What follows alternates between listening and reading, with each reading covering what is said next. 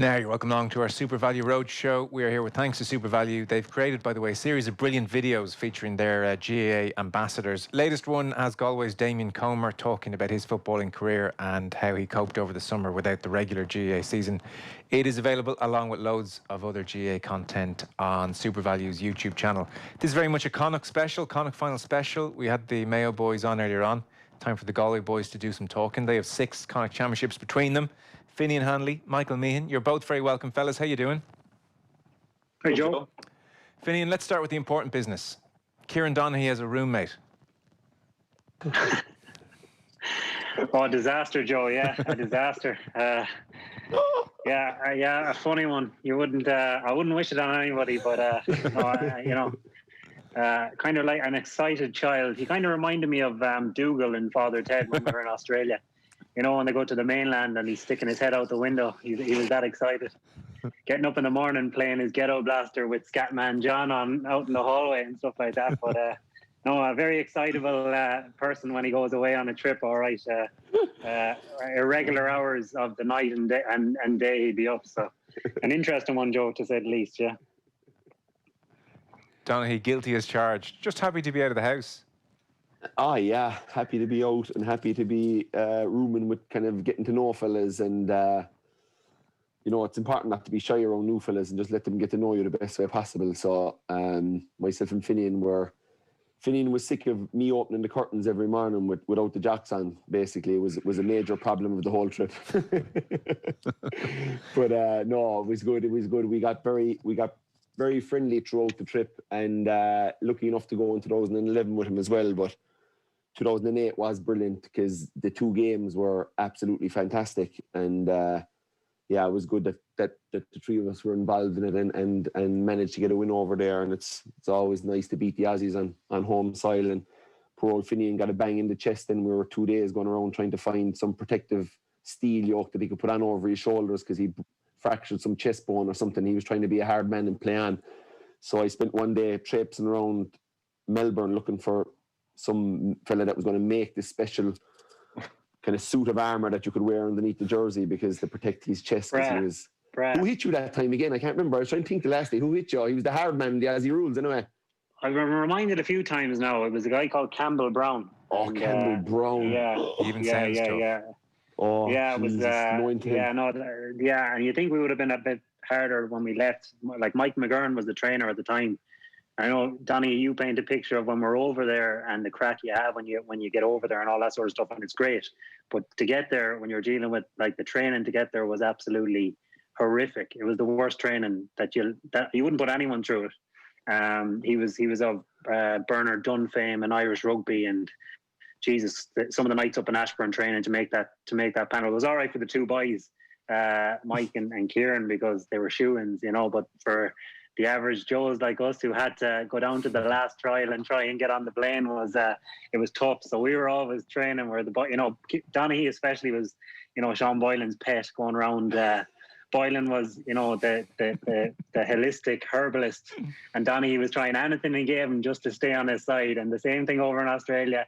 You know, we're heading off to a water practice, and no, Donaghy was down talking herbs with Sean Boylan, queued out, never trained a day, and the rest of us in a heat. The best was the day we arrived at Apollo Bay. Do you remember that? And we went out. We were pulling into the hotel, and there was a bit of a bar, and so we got into the bar. We were after winning in Perth the night before, and this was kind of like an hour away from Melbourne or something. We were going there for 2 days to do a bit of training and just to keep us away from Melbourne, keep us away from drink, basically, in Melbourne. A lot of Irish fellas landing in Melbourne after winning the game a week out from the game. It'd be hard to keep us in the Saturday and Sunday, so they brought us to this place. And myself and Finian and Joe McMahon, I'd say, when we were around in the corner, it was a ghost town. We were driving through a ghost town. We were around in the corner, and there was just this little kind of bar on the side, and it was like a high wall with small little kind of windows, and you could just see strobe lights going inside. And I was like, oh Jesus Christ, there's a bit of crack going on inside here. We might get a few drinks after all, because we were all dying from the night before. So we went down to the barman, we started drinking, talking to him, and next thing the vodka was flying, and there was an all-nighter back in the room, and then we were getting up the next morning, and we were going for a kind of a jog around in that oval in Apollo Bay, and I came down, I was absolutely dying, and I sat in next to Sean, And Sean looked at me and he was like, Jesus, Kieran, you look tired, like, you know. And I said, oh, geez, the jet lag, John. I thought that flight from Perth to Melbourne would be about an hour and a half. It was 6 hours. I said, well, I'd be in New York faster. And he was like, Jesus, yeah, you look very tired. You know what you do? Go back into bed and get a few hours rest. So I said, no problem, Sean. So I got off the bus by myself, walked by, and there was Finian and Joe looking out the window, absolutely horrified. Like, I give him the wink and off to bed for a few hours and nap. Yeah, and Boylan rubbing herbs into your foot then because there was something wrong. Like, no, he actually fixed my knee in like 2 days. The gas thing is, you have, from my perspective and Finian's perspective, Joe, you're coming into the international routes trip this year. We're talking about is 2008, but it was, and you're seeing these names as, you know, Kieran Donaghy. You don't really know him. Joe McMahon, Sean Kavanagh, all these lads, all the stars. Lads who have, you know, lit up Croke Park in September and won their All-Ireland or maybe lost their All-Ireland and whatever else. And you in your mind, you have a preconceived notion of what this guy is like. But then when it's fantastic kind of to get on these trips because, number one, you want to learn and kind of figure out what drives them, what makes them tick. But then you find out like that they're just the nutbags and the loon balls that you have in every club and every team as well. Obviously, they bring it on game day as well. But it was that kind of experience I ruined with Joe McMahon, and he's been mentioned already, and I'd say his name could be hot off the lips a few times tonight before we finish. But it's that international rules it's a great occasion, and it was a great kind of environment just to give lads, you know, there's a treat element to it and there's a prize element to it, but there's a lot of seriousness and competitivity as well. Yeah. And certainly in that year we got it right, and credit to Sean Boylan because you know, it was straight down the line. There was, apart from Kieran and Finian, you know, no one else stepped out of line. But he demanded that we delivered, and we did, and then, you know, we could enjoy it after that. So it was amazing. Like, I'm sure it was, and Finian's being modest because he played in 5 different series. I know he's saying you two were shoo-ins, but obviously Finian took to that game brilliantly. Michael, was training I know you're playing a different sport, so maybe it doesn't quite apply, but I'm just thinking, you know, there's club training and then there's a big step up to county training, and here you are now with the best 20, 30 in the country physically, you know, they're that bit faster, that bit sharper, that bit more intelligent. That was probably as kind of high a quality of training as you would have been involved in. Yeah, it would, for sure. You know, it's as much, you know, you're there to try. You know, there's a, as I said, there's kind of a friendly element to it, but at the same time, you know, you're pitting yourself and you're wanting to kind of go that extra mile and see, can you go beyond your club and your county and represent your country. So it's like being called up to the senior squad for the first time again, or going in with the minors for the first time again. There's the butterflies there and the excitement there. And like, that's a great thing to have as a player. You know, when you lose that kind of bit of an edge in you know, the tenseness in your stomach, you're not going to deliver. And like, I remember one stage where we were trialing in Croke Park. It was the same year, 2008, and Tommy Walsh was there. Now, he didn't actually travel with us in the end, I think.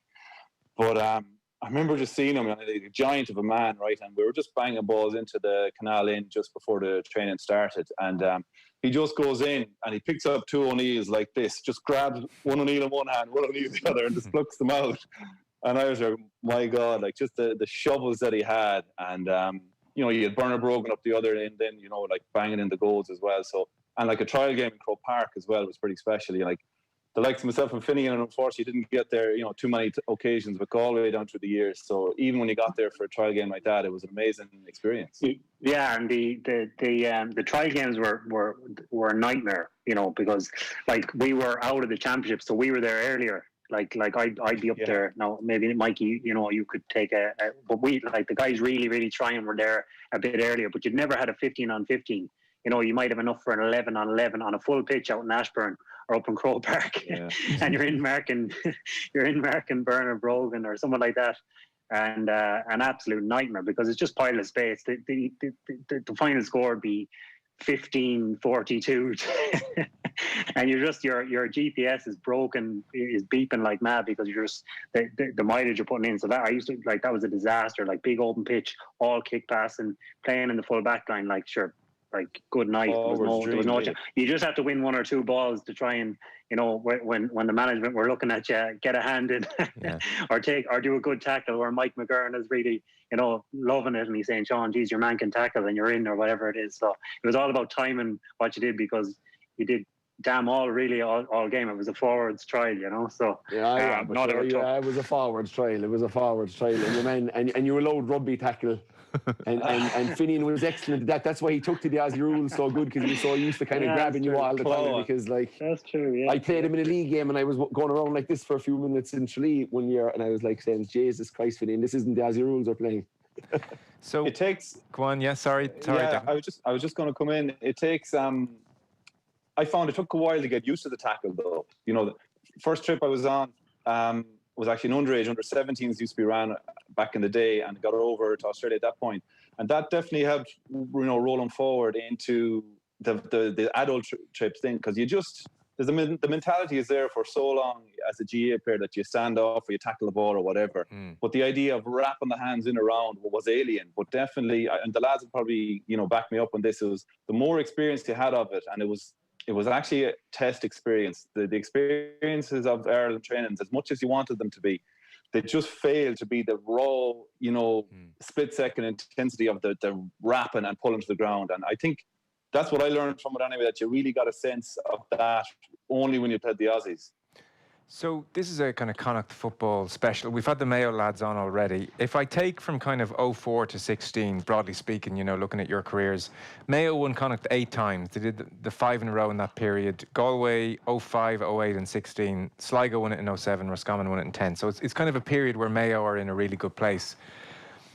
When we talk to the Mayo lads, for them 1951 is legendary and it's there. Whereas for ye fellas, Galway's All-Ireland wins are very, very real. They're part of your childhood. You watch them, and then you're next generation in. So give us a sense of that, Finian, because that can't have been an easy act to follow. What was that like? No, to be honest, Joe, it was both tough and exciting. It was exciting at the time. I suppose we were, coming off. We were kind of minor. Myself and Mike are quite close in age. We were coming off minor teams and then into under 21s, and we won the All Ireland under 21 in 05. And we were starting our careers then with the likes of Ja, Michael Donlan, Porrick Joyce, Sean O'Dupuer coming to the end, Savo, they were all there as well. So we were thinking, this is great. There's an All-Ireland under 21 team, which you see a lot of coming, and you're coming in with these boys who have been there, done it. They're still relatively young. I suppose like a lot of those lads were only 27, 28 at the time. So now you'd think they were in their prime. So it was exciting, but again, it was tough as well, because there was that perception all the time that Galway have to be, way up here, and everyone looked at Galway, in-house as well. It was like, well, we're going to win the All-Ireland again in 05, 06 because we've another crop coming, but the boys are still there and they've done it. So there was pressure there to perform and get back to the top. The glory days of 98 and 01. I suppose on the flip side of that, the game started to change a little bit. 03, I think, when Mickey Hart and the Armagh teams started, the game started to evolve a bit on the defensive side, and that wasn't welcome in Galway. It wasn't. It was far from welcome in Galway, and I don't think it was ever accepted until Kevin really brought in the hard defensive system. Not so long ago there. So we kept playing the Galway way, and we had the players, and we always felt we had the players, but we came up against teams of lesser ability, we thought, or so people would perceive, and we were turned over because they'd set up defensively, and we were wondering, we're kicking the ball into our forwards, and we've 6 forwards standing inside their 45, and why is the ball coming out? They seem to have more defenders, and it took us a while to evolve. Like we had Mikey might back me up here, but we had some fantastic teams and setups. I suppose we had Peter Ford as manager at the time after Jono, and Des Ryan was the coach. He's now the head of the Arsenal Academy. He was one of the best coaches. He was the Irish rugby strength and conditioning coach, and Donny Buckley was the football coach. So like, you couldn't ask for any more. And then on top of that, you had all the All-Ireland winners and a host of under 21s that had won the All-Ireland. So you think it was the perfect blend. But I think the difficulty was, we didn't adapt to the new style of football very well. And anytime we tried to, it was thrown out because Galway people didn't accept it. So I think when Liam Salmon came in 08, we played the Galway way, kick pass and very, very skillful football.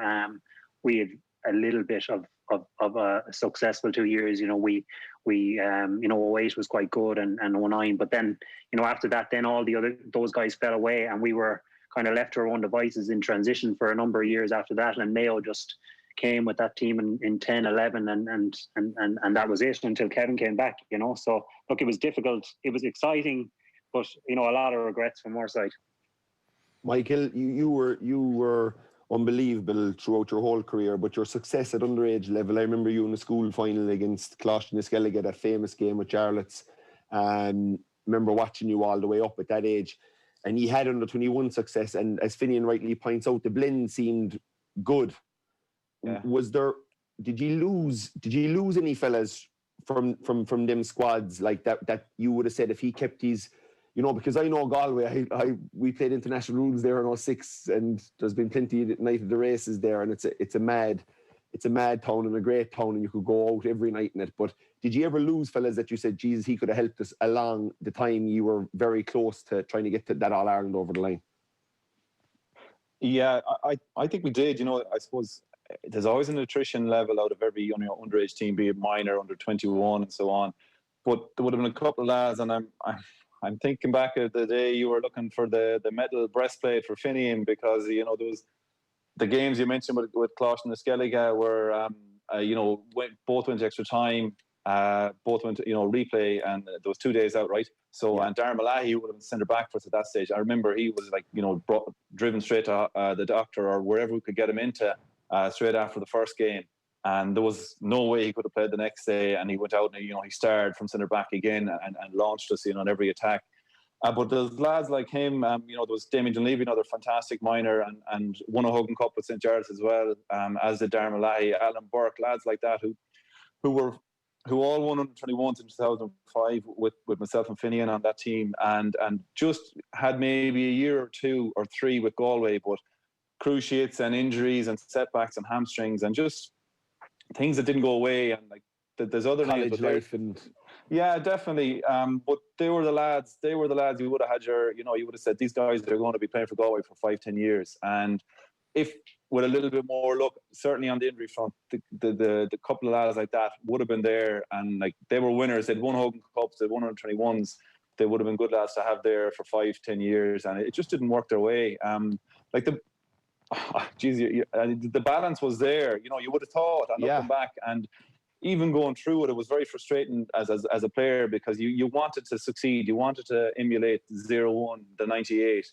You still had enough of them there, you felt, to kind of to glean the knowledge and the experiences from and use them essentially to get you along the road to an All-Ireland, or even to the latter stages of an All-Ireland. And we just kept stumbling at quarter-final stage for a few years. And I remember, was it Brendan Gerald Sullivan in 05? He cracked the cork with us in a quite a good game in Croke Park. Brendan Gerard top cornered from somewhere between the 4th and the 21. Sorry, Finian, I hope I'm not bringing back a bad memory for you, but it was an amazing goal. Just over it. And we just had things like that. Maybe we're crying here over spilt milk, and it's hard luck stories, but there was far too many 1-point losses along the way. But a lot of that comes back down to, I suppose, ourselves, and we just didn't deliver enough. We just didn't. You have to, when a game is there to be won, collectively as a group, there has to be the 5 or 6 lads who just really are kind of saying, not today. We're not being bet today, and then that feeds into the other lads around. And I suppose we lacked a little bit of that. How does that sit with you both, actually? Because often when we do these pieces, it's the winners, or it's the Mayo lads have a kind of real compelling heartbreak story, for want of a better word, whereas you're kind of somewhere in between there. And now that you're out the other end of it, I wonder how that sits with you. It's not great, Joe, to be honest. We're not. We didn't make the All-Ireland finals, semi-finals. Galway, I suppose. Galway, as I said before, the perception is there of Galway being this great footballing county. And look, a lot of great footballers have gone through Galway, but in 50 years, we've won 2 All-Irelands. One team, really. Yeah. A similar bunch of 30 players that came in 98, 2000, 2001. Won those All-Irelands, and then the previous, or before that, then it was 66, and we've been in 1 semi-final since 2001. So when you tot it up, it's it makes for grim reading. But from our own point of view, 05, 06, up to 010, we played in 5-6 Connacht finals. We lost 3 by a point. You know, I suppose fine margins to having 2 or 3 Connacht titles and 6. Do you know what I mean? That the boys before us had. Look, you know, we don't dwell on it. I suppose we all grew up playing to do one thing. You know, I suppose Mike and myself were lucky enough to have won Club All Irelands, but that's not what we grew up dreaming about. You know, no offense to the club, because obviously it's great and it's great as well. But when you're, you know, Mikey has said this numerous times, when you're growing up kicking the ball off a wall, there's only one thing on your mind if you're playing Gaelic football, and that's winning the All Ireland with your county. You know, and anyone that says any different is lying to you. You know, so look, we were lucky to get winners' medals with our clubs, but we underachieved with Galway 100%. You know, you know, everyone will say that, and until Galway get to you know, a final and compete, then, you know, people will think we're underachieving. But when you tot up what we've done in the last 50 years, you know, we're not as big a footballing county as we think we are. What about you, Mike?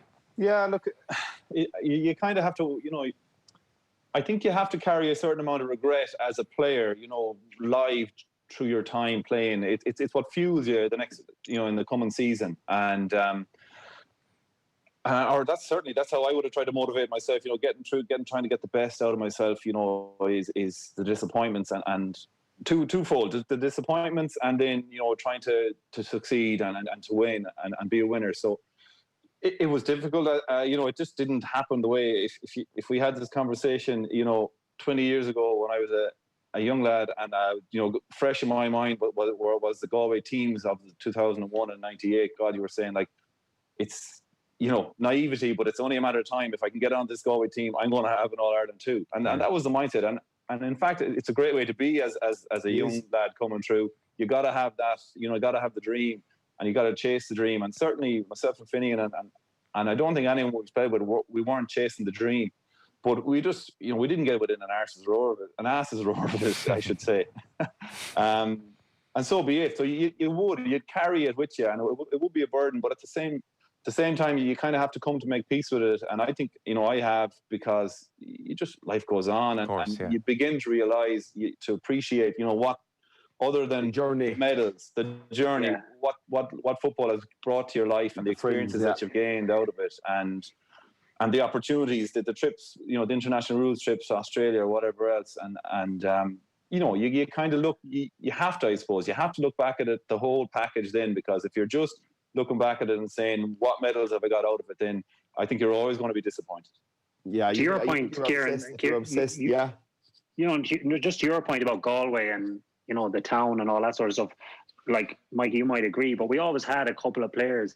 Like, every team has Jack the lads, and the crack is always good. And sure, when we go out, we drink the bag of it, and that's, you know, that's the crack you have, and you have that in the winter. But, you know, we always have one or two that, you know, stepped off the train at peak times in the season. Like, the winning teams don't do that. Like, if, you know, you go to the Dublins of this world, people think they're robots, but in the off season, those boys are as cracked as anyone. Donegal, Kieran, you know the boys yourself down in Kerry. Like, we were all in coppers in November. Do you know what I mean? The crack is great. Like, we did have one or two really, really good footballers that stepped off the train, you know, at peak times, coming into big matches and stuff like that as well. So, like, did we have that blistering, you know, tunnel vision with everyone on board that they say it takes to get over the line? Questionable, you know, at times, you know, and you know, we tried to train as hard as we could and tried to get it to a level, but, you know, look, there was a bit of a party element to it as well at times with certain individuals and stuff as well. So, you know, look, there's regrets there as well, you know, in Galway. There was a nice we played Dublin. Do you remember, Mike, in Parnell Park? 29, maybe 10, and we bet the Dubs in Parnell Park. I think it was the last time they played in Parnell Park, someone said last week. But you were playing Tyrone up in Oma, Kieran, at the time. That's right. And everyone rendezvoused in Coppers. So the Kerry boys and the Galway boys all in, and sure, it was all. And I remember we were in there, Carl Jackson had us upstairs, and the crack was good. It was late now, well, it was early. the next day, and we were all sitting up around the table, and Seamus Hanley was shouting out, "He's the Galway boys are great crack." The Galway boys are great crack. I'm after writing down one name here. It's all right. You just say we're great crack. We're heading off to try and figure out how to win. You boys are heading off winning All Ireland. Of course, we're fucking great crack. You know. I had a flashback there. I'm just after writing Seamus Cannon's name down on a piece of paper here, as that story was being told.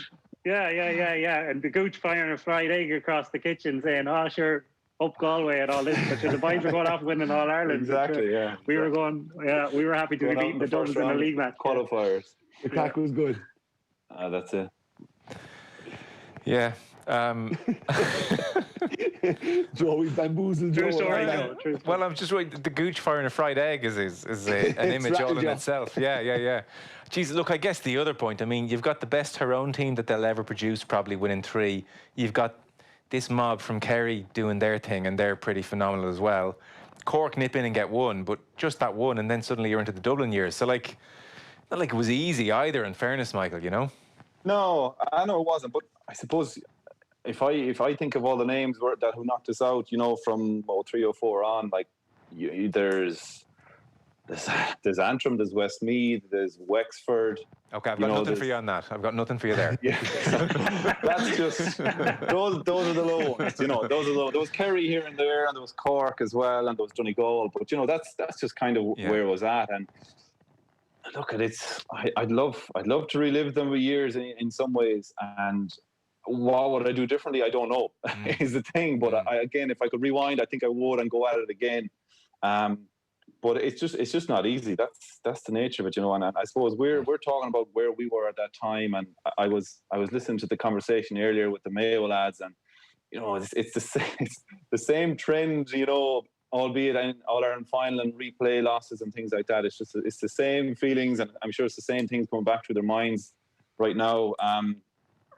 But I definitely agree with you, or with what Larry was saying, Anthony Finnerty, about depending on your age is how you react to these things and how you bounce back. And for me, and for I kind of missed some of my latter years through injury. But earlier on, you know, you bounce back pretty quickly. You know, you're disgusted having been beaten, you know, in a round 3 qualifier or whatever it was.